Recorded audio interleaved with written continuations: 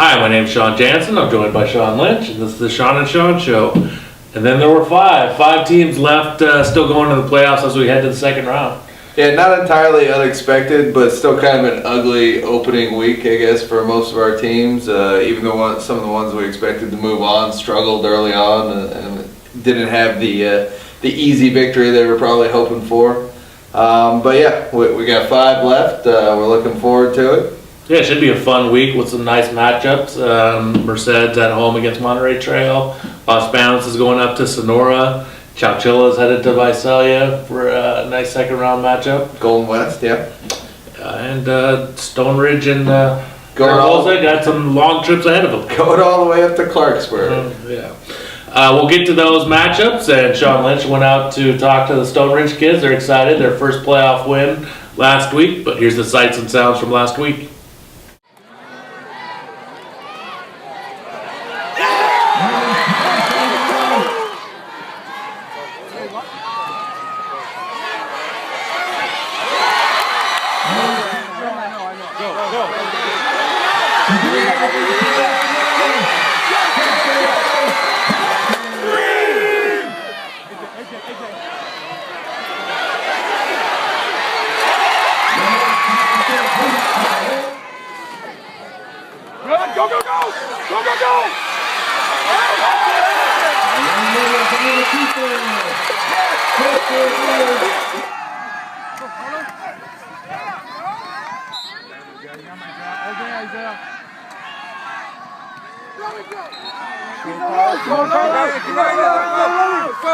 Let's go!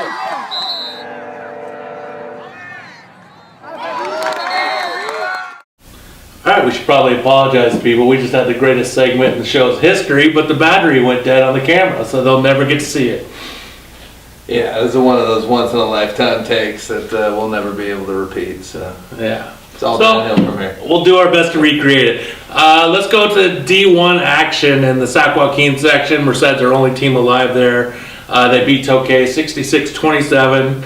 Kind of a slow start there, but they got rolling, and now they got Monterey Trail coming to town, the 12th seed. You call that upset over Casumas Oaks? Yeah, tighter game than I envisioned. I thought they were going to have an easier time with Casumas You Oaks. were calling the blowout with the 12 over the 5. We're saying 2 touchdowns, but yeah, I mean, it's what we imagine it's going to be. And now Merced's got a really tough test with one of the best veer running teams around. Yeah, it's a physical Monterey Trail that just comes smash mouth right at you. They're going to get the ball to their running back, Trey Nahas, who has 2,100 yards and 28 touchdowns. A team that Merced's going to have to kind of just bear down and go toe-to-toe with them. Yeah, I mean, we looked at the roster a little bit, and one of the things that we liked going in for Merced here is that they don't have an overwhelmingly sized offensive line. It's not something that's gonna.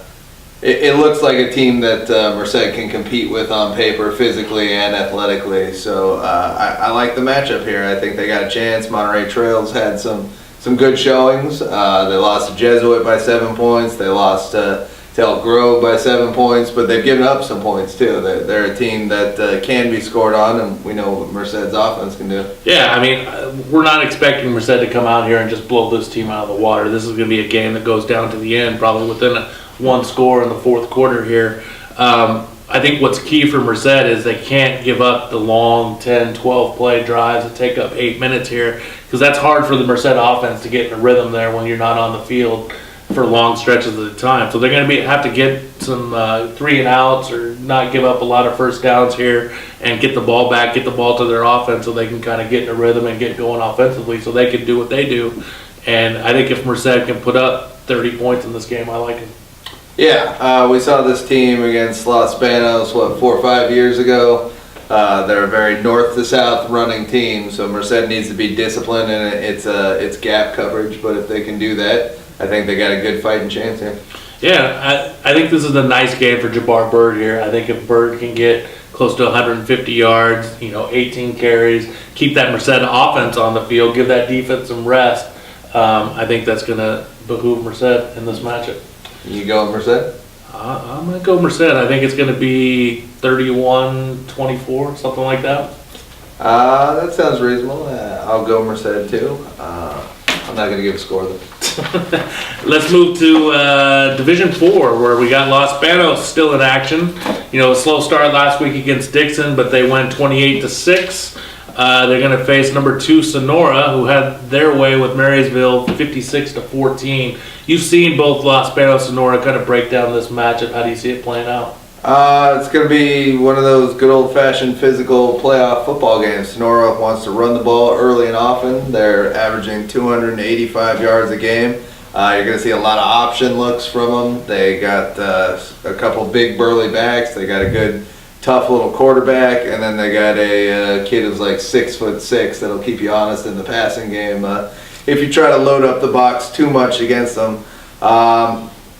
Solid-sized offensive line, you know, a bunch of big hill kids that they grow big out there. They eat steak and bear for dinner.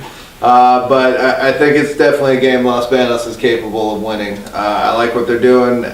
Quarterback play has been great from Herrera. He passes for 3 touchdowns last week, rushes for a 4th. 2 big passing weapons in Alec Barcelos and David Walker. You know, there's a lot to like there, and I think their speed on defense and the physical nature of the games they've had to win down the stretch to be the WAC champs, knocking off Pacheco, knocking off Patterson, I think that's really going to do them a lot of favors here. Yeah, you look at the margin of victory for these two teams, it's vastly different. Sonora's just kind of breezed their way through the Mother Lode League, winning, you know, by 40 points almost every week. They haven't really been in a game since they played Ripon, Hillmar, and Oakdale to start the season. Yeah. In the last 7 or 8 weeks, I think they're outscoring their opponent 411-41. Meanwhile, Los Banos had to play some real gut check games, going to overtime against Patterson and Livingston, and then that big emotional win over Pacheco. I think that could help Los Banos if this game's tight late. Yeah, you talked to Dustin Carapresso, it sounded like he felt the same thing. Yeah, he felt, you know, we're battle tested. They haven't played anybody since, I mean, he pointed back to Oakdale. But he also said, you know, it kind of depends on how we come out. If we come out like we did against Patterson and Pacheco, I think we'll be all right. We'll be in this game. But if we come out slow like we did against Dixon, we could be in some problems. Yeah, I like Los Banos by a touchdown here. Yeah, I think the Tigers have a real shot going up there. It's a real fun atmosphere up there in Sonora. But I think Los Banos, I think last week, I think it was tough for them to get up for it after the big Pacheco game, getting up for Dixon, but I think they're going to rise to the occasion here. Interesting to see the other half of this bracket when you got 2 semi-local teams in Central Catholic and Escalon facing off. 2 teams that Los Banos is familiar with. Yeah, and I mean, you got the 2-time defending state champs and Central Catholics, but I think they've come back a little bit to earth this year. And you got just a historical small school power in Escalon. That one's always funny when those two get together. Could be funny. Could be. Let's move on to Division 5. We got Mariposa as a 3 seed, squeaked out a 14-7 win over Amador last week. They're going to make that short trip to Colfax to face the number 2 seed.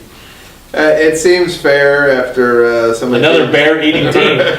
After so many teams have had to go and travel to Mariposa, you know, it's just right that they hit the road and have a long one. They're going to have to deal with Tim Rollins, Mr. Everything for Colfax. 1,600-yard back, 30 touchdowns rushing. He's done it all in their passing game. They only got 9 passing touchdowns, 8 passing touchdowns, something like that for the season, and he's got 6 of them. So he's definitely the guy they're going to have to focus in on. Yeah, I hear he eats mountain lion. Turlock could have used him a couple weeks ago. Seems like a game on paper they got a shot with here. They both teams played Somerville. Colfax obviously played them in the playoffs back last week. Both got 7-point wins.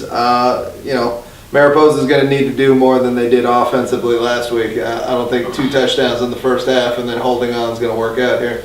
No, I mean, you talk about a trip, from going from Mariposa to Colfax, I think they should leave on Wednesday to get up there.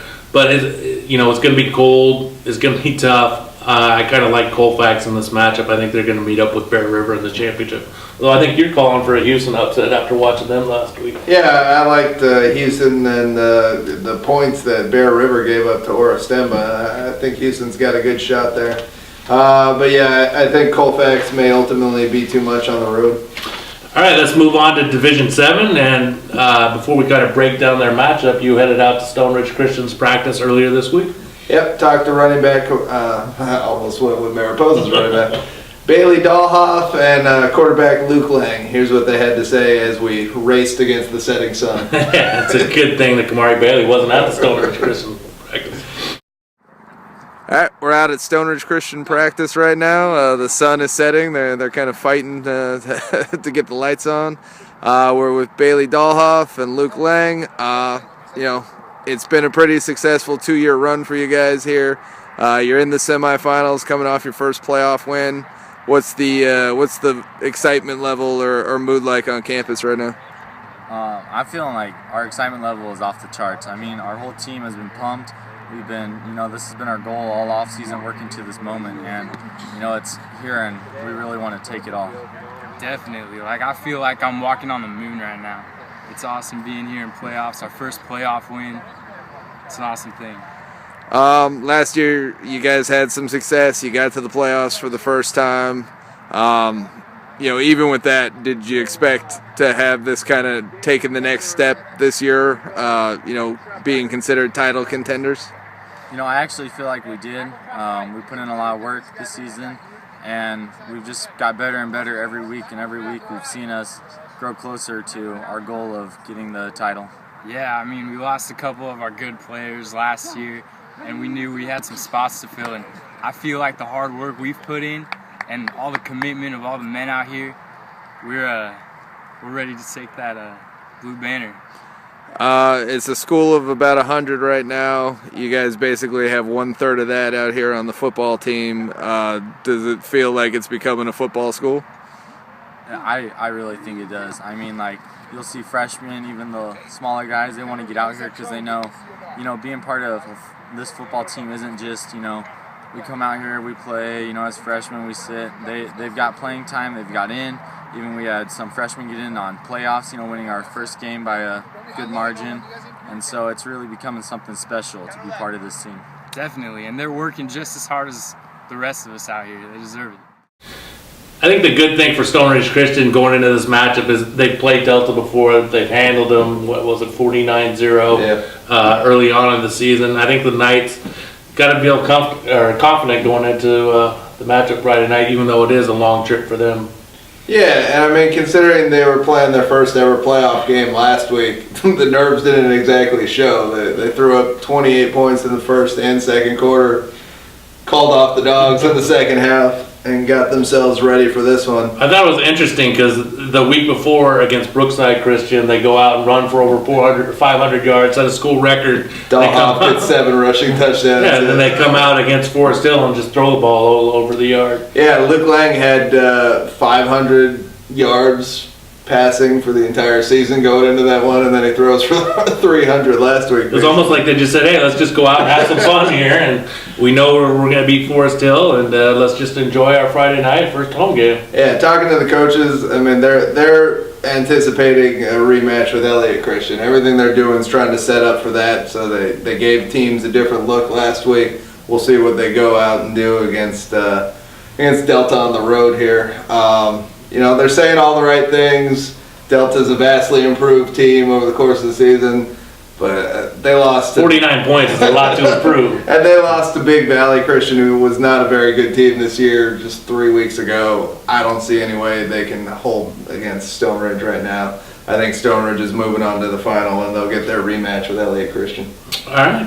In the central section, Chowchilla had a bye last week, and they're going to open up in the second round this week. We don't have much to say on this one since Golden West, a Visalia school, provided us with no stats to work with whatsoever. Not just us, just nobody in general. But yeah, I mean, Chowchilla's had some good competitive games. They can't like how the last 2 weeks have gone to finish the season. They're going to want to get a road win here. Anthony Stewart's been a workhorse for him all season. He shouldered the load at quarterback, even though he's not throwing the ball too much from there. But he's over 1,000 yards rushing. He does it all on both sides of the ball. I think he leads them to victory here. Yeah, I think the bye is going to help Chowchilla when you look at their lack of numbers that we've talked about all year. Getting a week's rest to rest up for this game is going to help them going in. So, yeah, I like the Redskins in this matchup. I think you said they were up to 29 players now. They brought the whole JV team up. They can go 2-on. They can go 11-on-11 in practice now. All right, that's going to do it for our show this week. We appreciate you tuning in, and hopefully some of these teams are still around so we can talk about it next week.